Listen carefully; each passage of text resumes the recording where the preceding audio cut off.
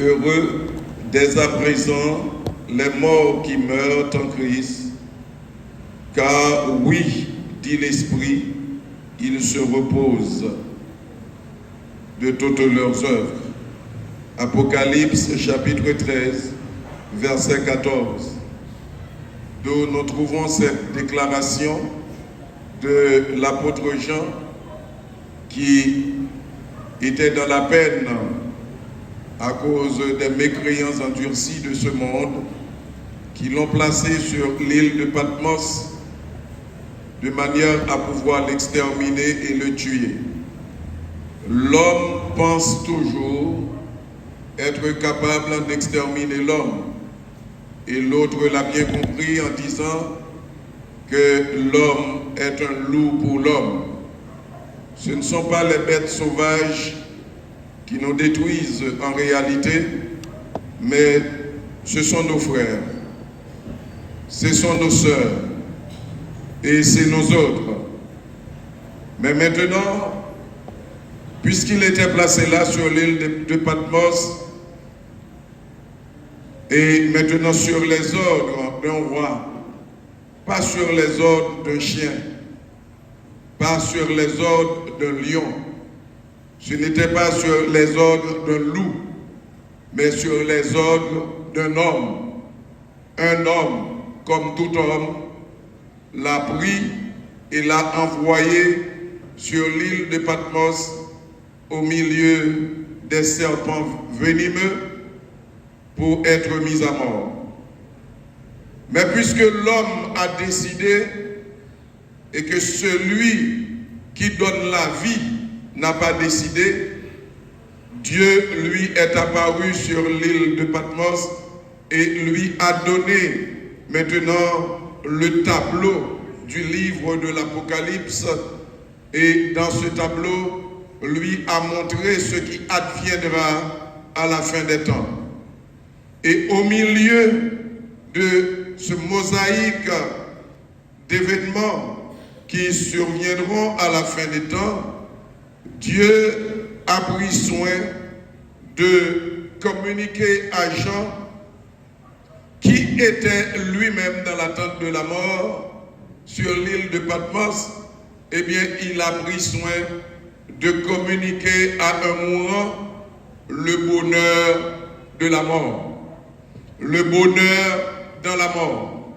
Pendant que lui, il s'attendait à mourir, pendant que lui, il était sur le point de mourir, pendant que lui, il était au milieu des serpents venimeux qui pouvaient le mettre à mort, eh bien, Dieu a choisi d'apprendre à Jean ce que aujourd'hui nous aimerions communiquer avec vous.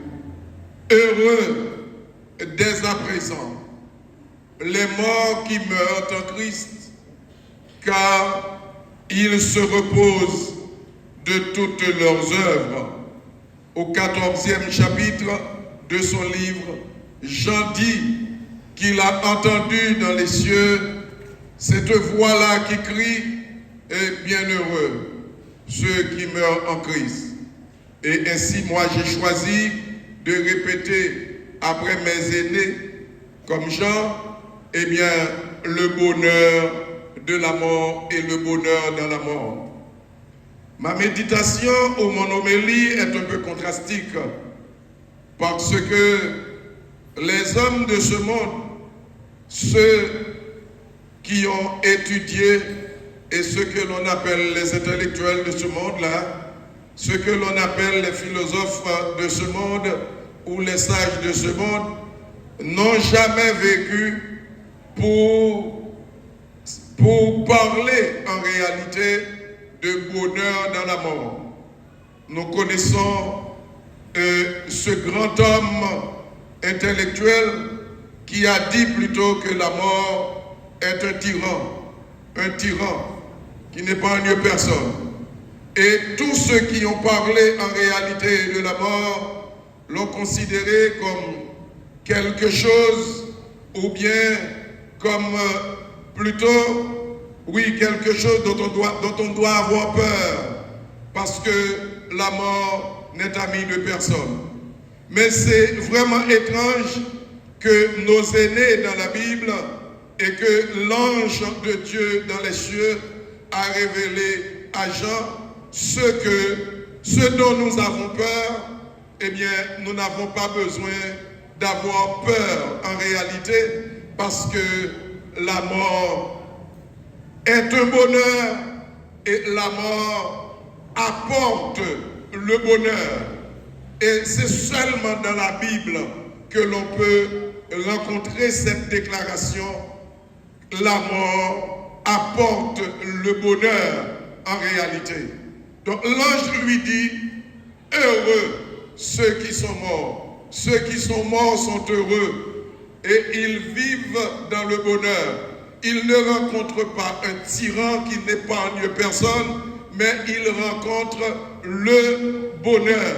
Mais pasteur, on ne peut pas admettre que l'on est heureux dans la mort. Eh bien, c'est ce que dit tout simplement celui qui a créé la vie, celui qui a donné l'existence à l'homme.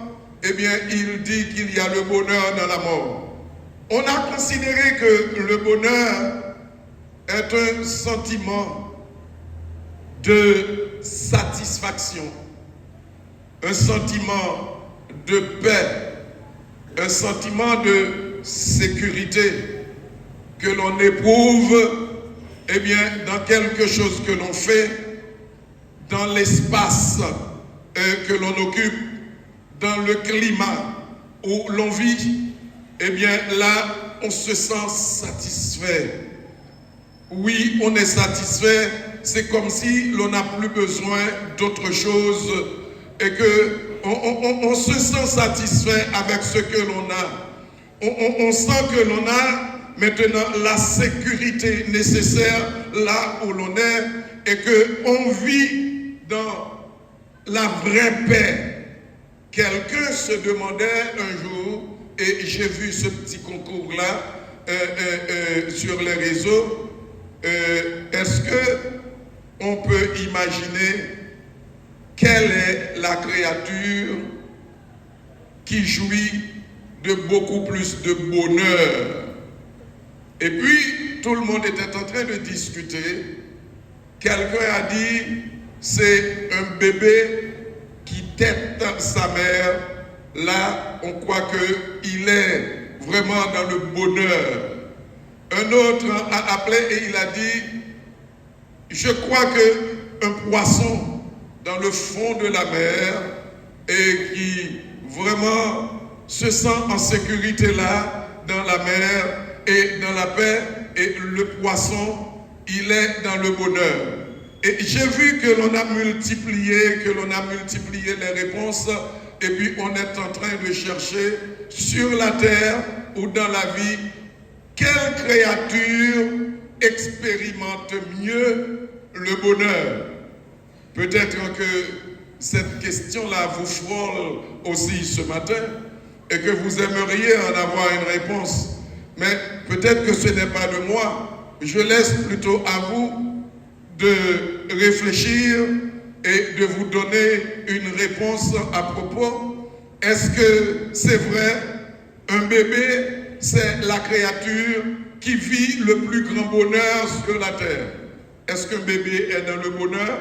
Mais oui, il est dans le bonheur en quelque sorte. Le bonheur en partie. Mais je veux vous dire, ce n'est pas le bonheur complet. Peut-être qu'il se sent dans la paix. Peut-être qu'il se sent satisfait lorsqu'il est en train de téter sa mère. Et bien là, et puis il dort, il se sent satisfait. Il se sent vraiment en sécurité aussi dans les mains de sa mère. Peut-être que c'est la créature vraiment qui est dans le plus grand bonheur sur la terre. Peut-être aussi que le poisson au fond de la mer dirait les mêmes choses. Il est en sécurité, il aime la mer, il respire très bien, il est en paix.